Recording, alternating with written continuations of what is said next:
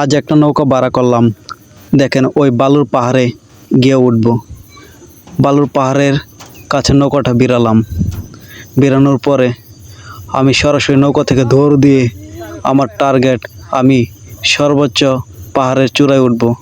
ওঠার জন্য আমি দৌড়তেছি। দৌড় দেওয়ার পরে অনেকটা ক্লান্ত, আস্তে আস্তে আমি উপর দিকে যাচ্ছি। কিন্তু পা যদি একবার পিছলিয়ে যায় তাহলে আমি উপর থেকে পড়লে অনেক বড় ধরনের ব্যথা পেতে পারি। তাই আমি ধীরে ধীরে উপর দিকে দেখুন বালু নিচ দিকে কীভাবে পড়তেছে। একবার পা স্লিপ খাইলে অবস্থা একেবারে খারাপ। দেখেন কি অবস্থা, কারণ প্রায় 150 ফিটের মতো উঁচু হবে। আমি অনেক কষ্ট করে গিয়ে উপরে পৌঁছলাম।